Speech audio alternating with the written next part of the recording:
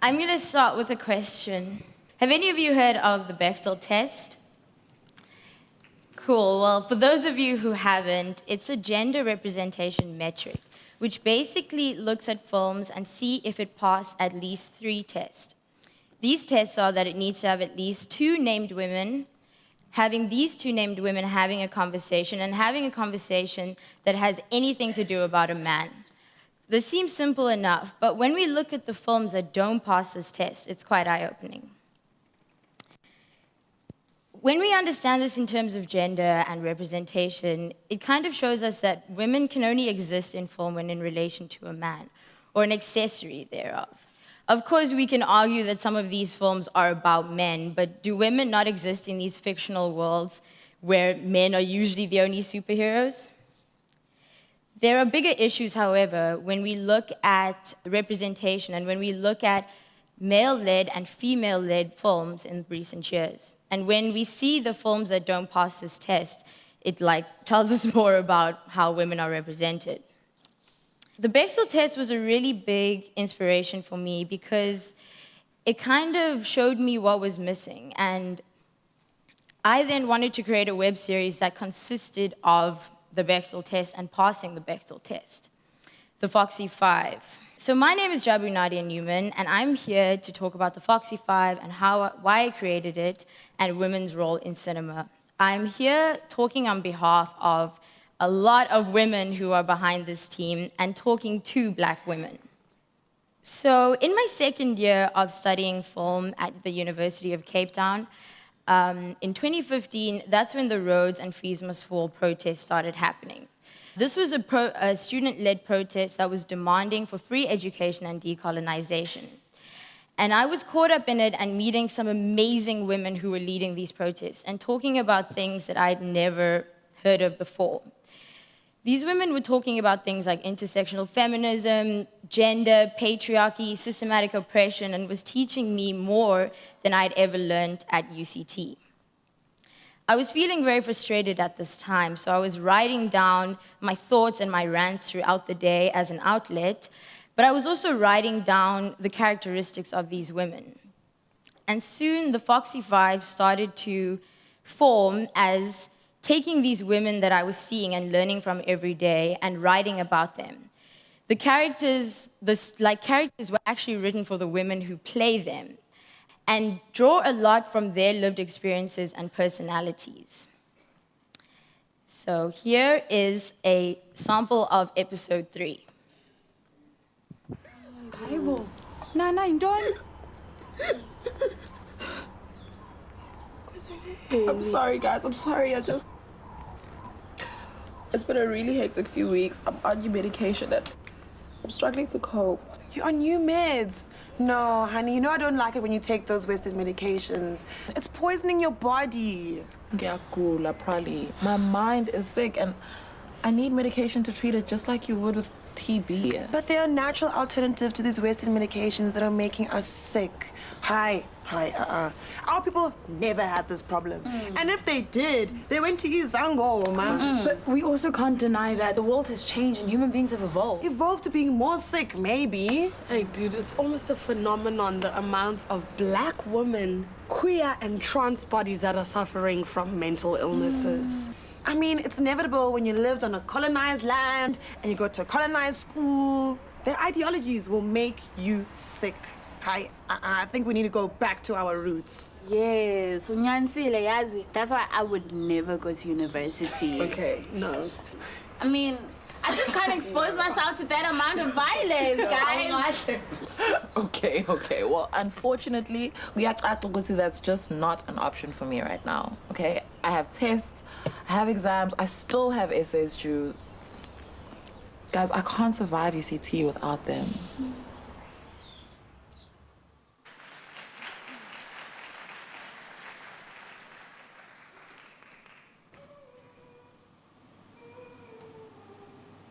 Tula tula papa tula sana. Oh, hey, baby. It's only 50 rand tonight. I know you want some. Hey, don't walk past me. Pay up. You owe me child support. Hey, don't walk away from me. Where's my money? Hey. So these 4 stereotypes that you just witnessed is like the basis of how black women have been portrayed in cinema. It's the slave, it's the maid, it's the sex worker or Jezebel, and it's the angry black woman. When we're dealing with such limiting representations and like portrayals of black women, it actually is detrimental because now a whole demographic is reduced to these 4. Now, trying to write a web series that's trying to like fill these gaps and trying to write about South African women proved to be very difficult because there are so many different types of women in South Africa that haven't been represented and deserve to be. And of course, there weren't any examples in previous films or references from me to draw from. So I had to draw from these actual stereotypes and these actual misrepresentations to create new archetypes of what it means to be a black woman. Even if we go to war, women's rights we will fight for. Wait, I'm not willing to go to war for white women, hey? Sorry. We wouldn't even be here if it wasn't for struggle songs and marching. Bega. Zombulala law if you want me to. Want to be black right now is not the time for that. Let's call this reparations.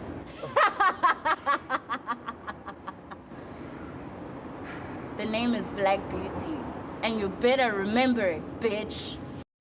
So I also didn't want to just like disregard these stereotypes because even though a slave, a maid, a sex worker, and an angry black woman is a stereotype, these are still roles that women had to play in society. I wanted to take the bad connotations behind them away.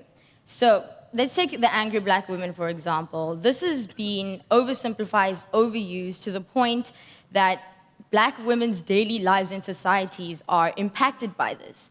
When black women get angry or flustered or demand respect or fight for their rights, they're just told that they're perpetuating a stereotype.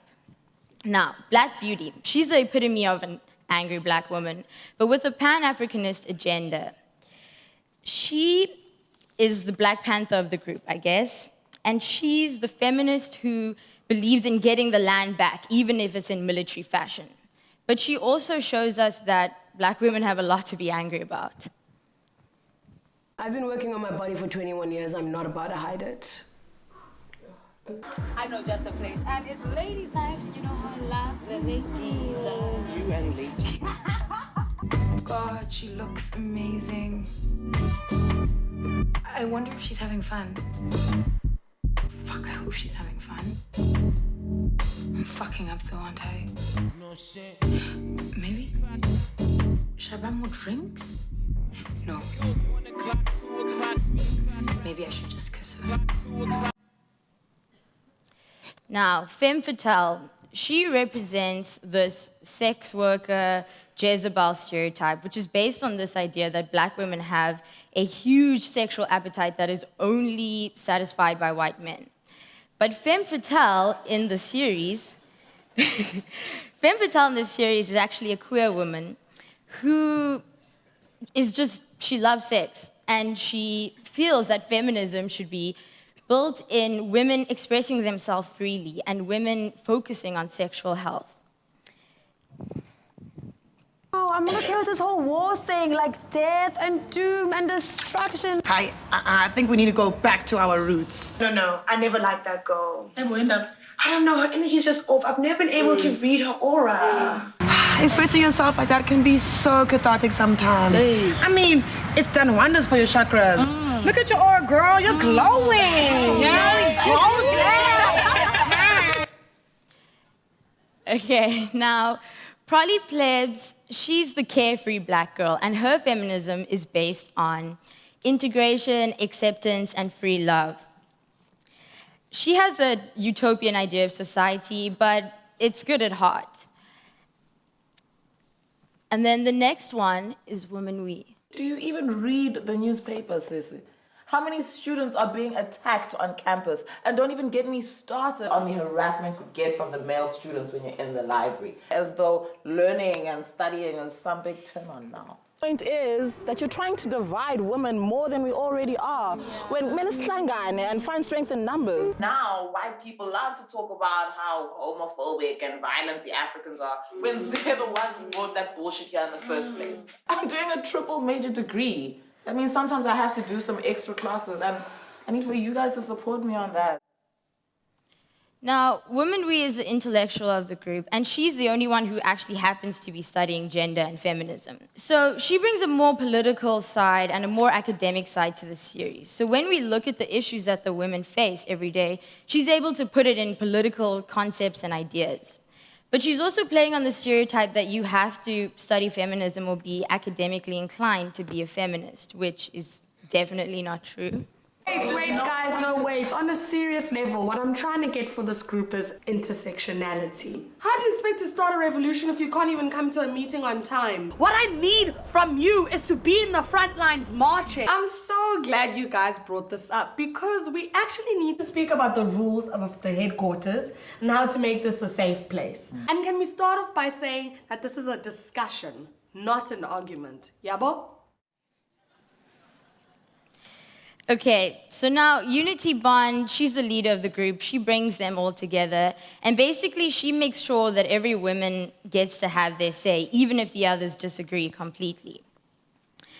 And now, I guess all of the women, they're not perfect. They're flawed and naturally flawed.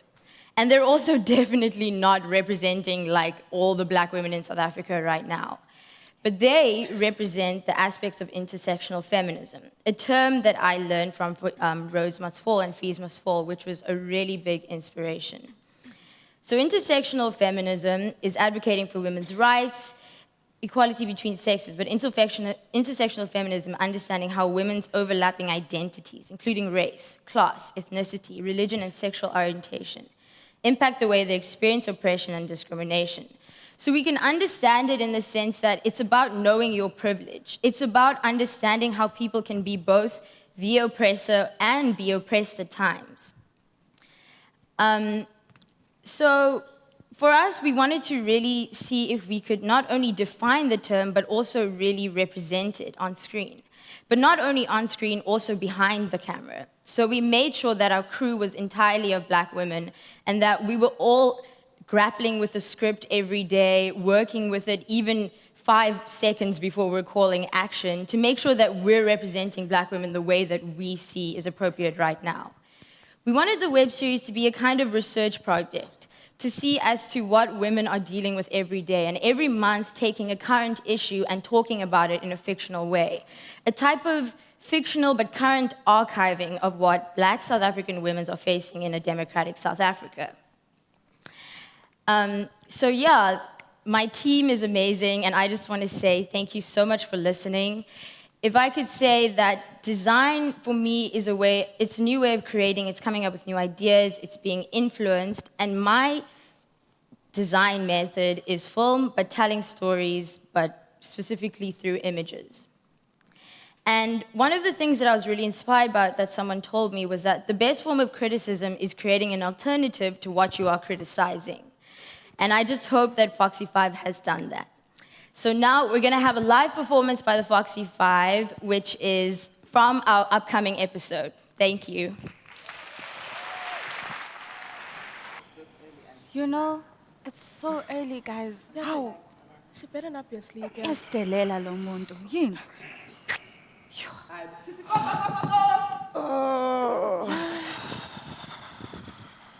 Oh, babe, did you forget we were coming or something? Sorry, I just woke up. Well, okay, these boxes aren't gonna pay themselves, Pella babes. Nana, what right? Why you look so pale? I'm on black. Yo, Yella, thank you for keeping me up the other night, eh? You guys remember my sister? Of course. Hey, Lala. Sorry about the other night. Aware it's chilled. So, what are we packing first? I don't know. Maybe those books. Sister? Like, biological sister? Yes. Can't you see the resemblance? So, like, you guys have different dads, ne? Wow. And then the stereotypes, Black? Actually, this time the stereotype is true. Both our dads skipped out on my mom. True that. So, you guys have the same mom? I actually just can't deal with you right now, Black. What is the point? I'm just thinking, like, if you guys grew up together, ne? Why do you guys have different accents? Hi, we're not Black. It's not like you guys weren't thinking the same thing too. How? Okay, fine. We went to different schools, we assimilated different accents, but what does it matter anyway? Well, she knows she's Black, right? Huh, she's mixed race. Actually, she identifies as colored. Sugar, man, colored people are Black too. Whoa. We're not just gonna go erasing a whole woman's identity like that. You know, I actually like to think of the colored community as a tribe within Black South Africans. What? Hey. Wow. Yeah, boy, that's exactly what I'm saying. Yeah, you get me. Yes, sis. I can hear everything you're saying. Just so you know, I don't even know what I identify as.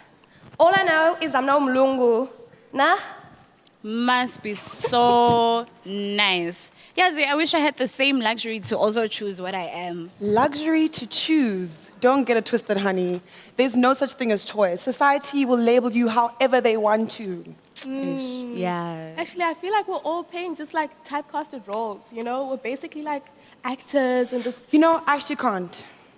If I'm not a hippie, I'm umlungu. If I'm not umlungu, I'm a yellow bone. If I'm not a yellow bone, I'm some pearl tusi.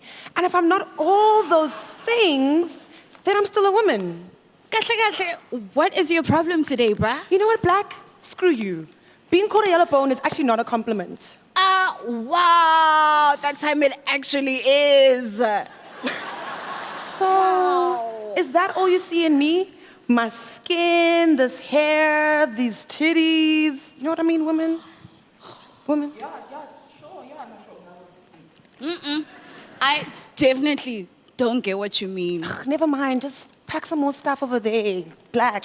And Unity, please help me with those cushions and those boxes. Unity. I said Unity. Huh?